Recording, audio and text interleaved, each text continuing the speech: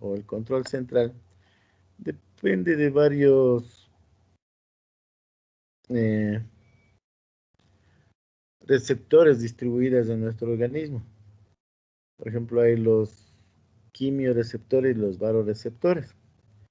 Por ejemplo, si es que existe incremento de la presión arterial, ¿ya?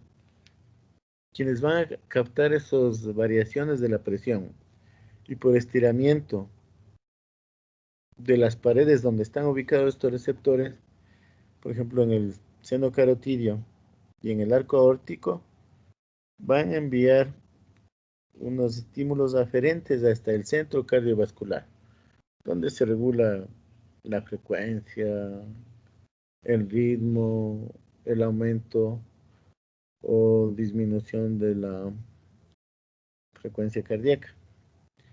Esto lo que va a hacer es que se estimule el nervio vago y por estímulos eferentes va a llegar hasta el nodo sinusal y va a disminuir la frecuencia cardíaca. Este es un afán protectivo. En cambio, ¿qué sucede si la presión baja? Van a ser estimulados estos centros cardioreguladores y vasomotores de la bulbo raquídeo y van a estimular los nervios o la cadena simpática para provocar liberación de noradrenalina que estimule la vasoconstricción de los vasos sanguíneos.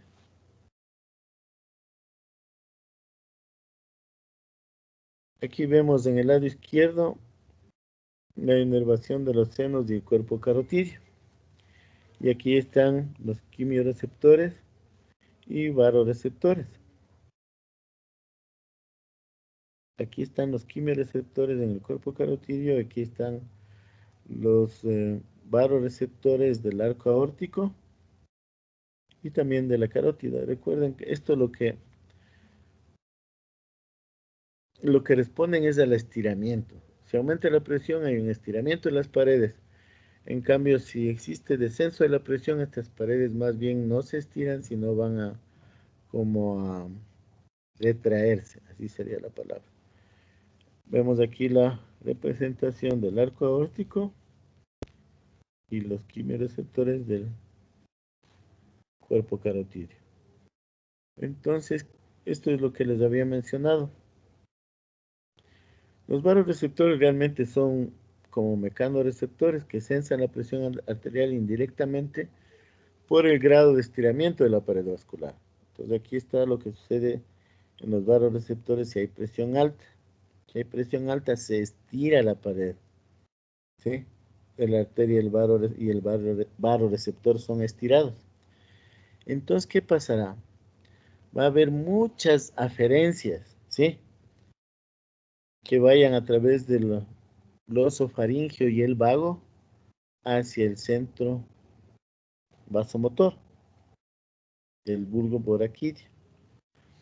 Y esto provocará las muchas aferencias a través del nervio vago que disminuyan la frecuencia cardíaca. O sea, hay un estímulo parasimpático muy importante.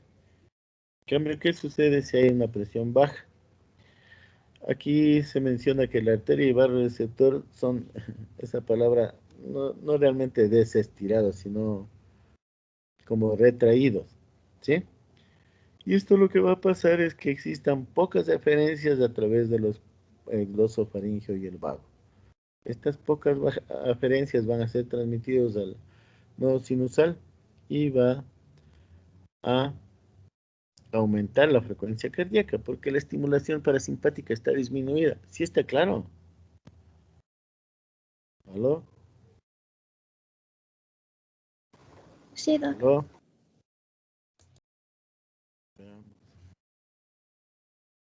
En cambio, los quimioreceptores que están también en la carótida, el arco aórtico, en el sistema nervioso central, responden a cambios o a variaciones en la presión arterial de CO2, en la presión arterial de oxígeno y disminución del pH hacia la acidemia. Esto lo que hacen es incrementar la presión arterial media. Por ejemplo, la respuesta cerebral isquémica es una reacción potente para que se estimulen estos quimioreceptores y se incremente la presión arterial media. ¿sí? La isquemia cerebral produce estimulación simpática y vasoconstricción, va a provocar vasoconstricción y estímulo del corazón. Esta isquemia cerebral también va a estimular quimiorreceptores ubicados en el sistema nervioso central. Esto va a provocar un incremento de la presión arterial media. A ver, recuerdan ustedes que si se aumenta la isquemia cerebral, va a estimular estos quimiorreceptores. Esto va a provocar que exista incremento de la presión arterial, con el objetivo de que se preserve la presión de perfusión cerebral. La presión de perfusión cerebral es dentro de la diferencia entre la presión arterial media y la presión intracraneal. La presión intracraneal en promedio no debería rebasar los 15 milímetros de mercurio. Supongamos que alguien tenga esta isquemia cerebral o tenga un sangrado con edema perilesional alrededor del sangrado. Entonces, esto va a aumentar la presión intracraneal. Y el organismo lo que va a hacer es incrementar, hacer vasoconstricción periférica para aumentar la presión arterial media, para preservar la presión de perfusión cerebral. Reflejo de Cushing se llama cuando por un estímulo cerebral como los que les acabo de mencionar, una hemorragia, una lesión o un golpe en sí, puede provocar que el cerebro se hinche. Y el cerebro se hincha y se comienza a incrementar la presión arterial. ¿Y qué pasará con la frecuencia cardíaca? Si es que incrementa mucho la presión arterial. ¿Ah? ¿Aló? De lo que hemos visto previamente. Buenas tardes. ¿Ah? ¿Aló? Se incrementa ¿Puede la... repetir? A ver qué pasa si aumenta mucho la presión intracraneal, se incrementa mucho la presión arterial.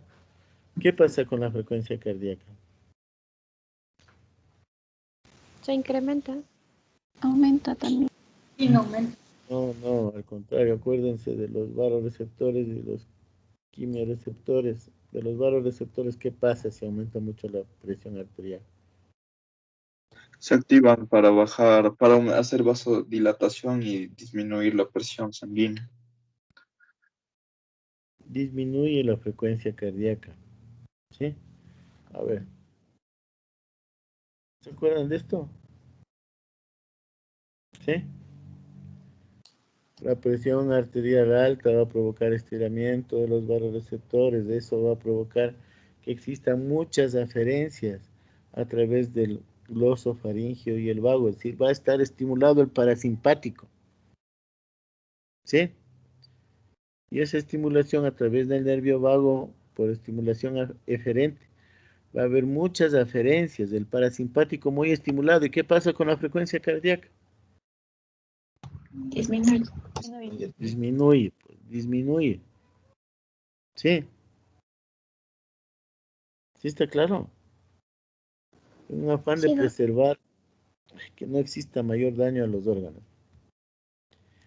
Entonces, esto, a ver, cuando hay un aumento de la presión, si es de origen cerebral, aumenta la presión, baja la frecuencia, entonces puedes tener 200, 140 de presión arterial y una frecuencia de 50.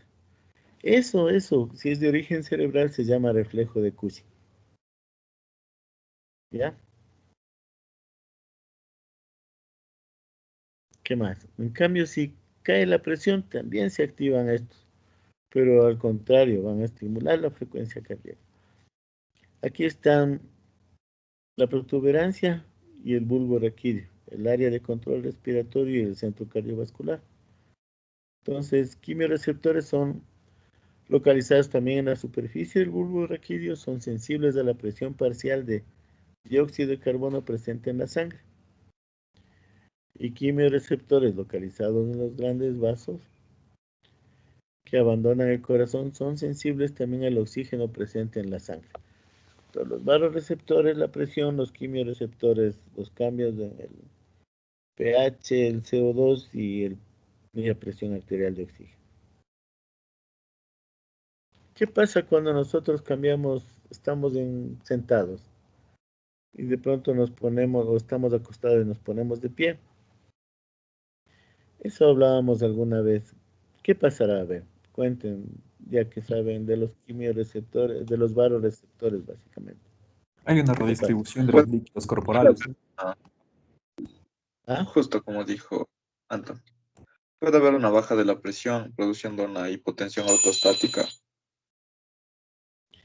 No, si nos daría hipotensión ortostática, capaz que nos desmayamos, pero eso no sucede. Vean ustedes, aquí está en tiempo, no es segundos, sino probablemente eh, milisegundos. Y aquí está la presión en la vertical. Cuando tomamos la posición de la frecuencia cardíaca está en rojo. ¿Qué pasa si nos ponemos de pie súbitamente? Sí cae la presión, pero el organismo a través de los vasoreceptores lo que va a hacer va a disminuir la estimulación, las aferencias de ese centro bulborraquídeo. Entonces el parasimpático no va a estar estimulado, sino más bien a la baja. Y eso va a provocar que se incremente la frecuencia cardíaca. Y de esa forma, pero esto sucede en milisegundos.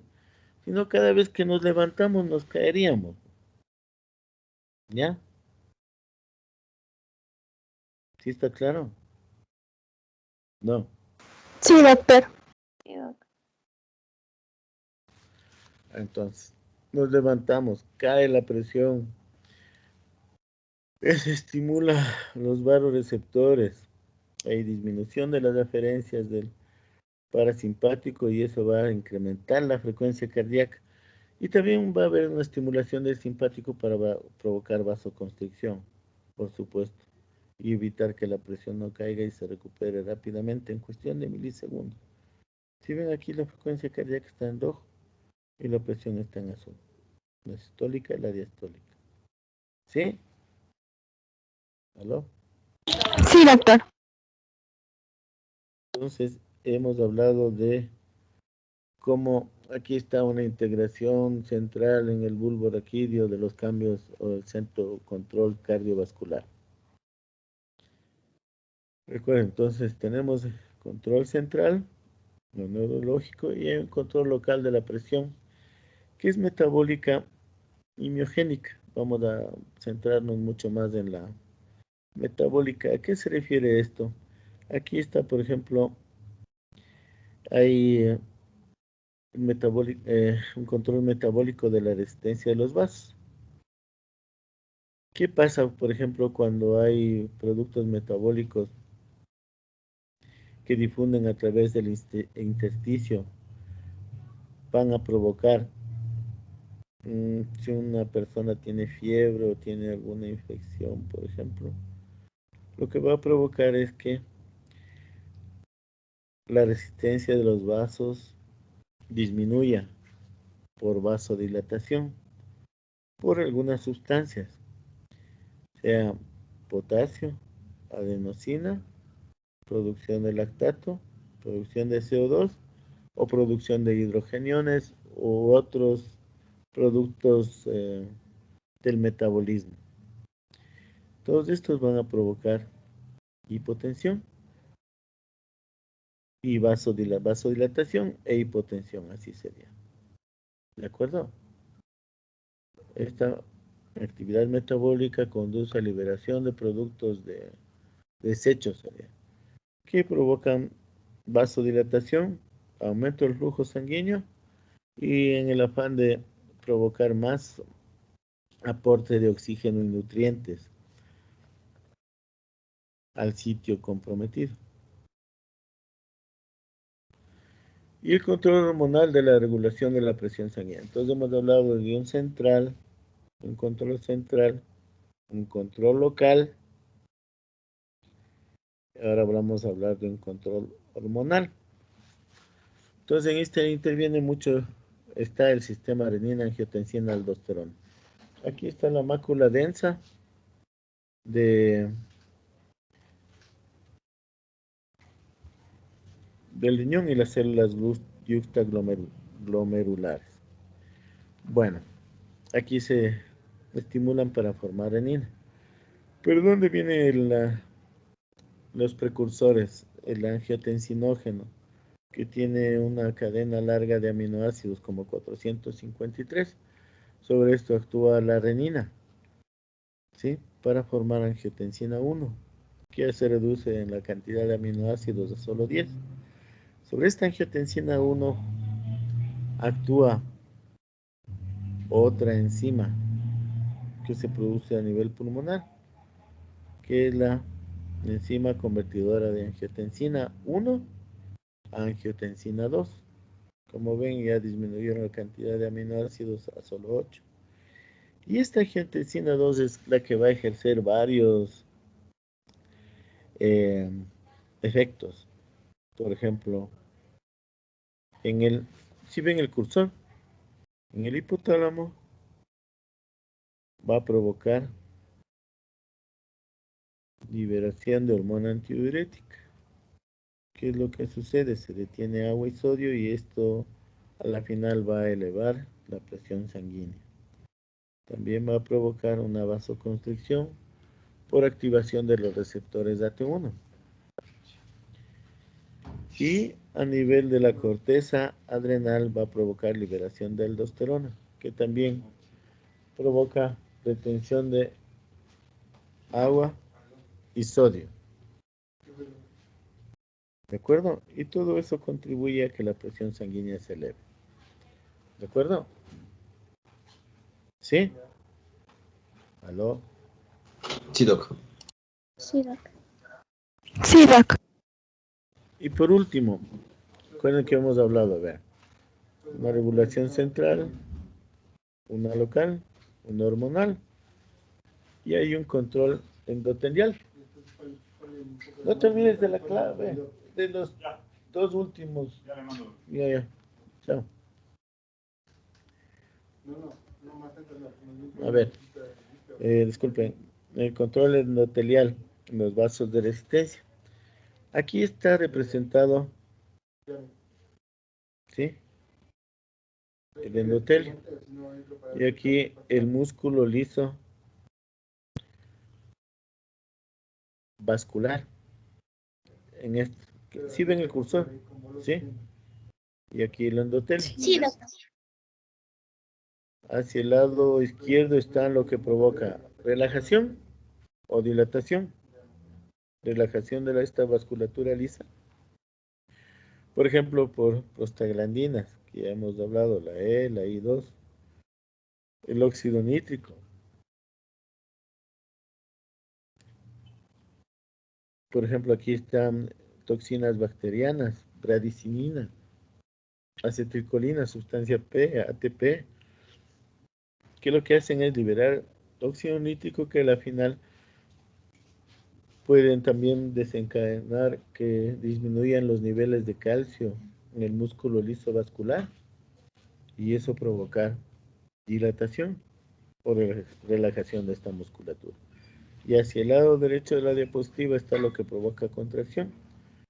Por ejemplo, ya sabemos que ciertos traumas va a provocar liberación de angiotensina 2 y de endotelinas, ¿sí? El tromboxano más de agregación plaquetaria va a provocar constricción, al igual que la prostaglandina F2. ¿Qué es lo que harán? Por ejemplo, estas endotelinas aumentar los niveles de calcio que van a favorecer la vasoconstricción. ¿Sí? ¿De acuerdo? ¿Aló? Sí, Doc. Sí, doctor.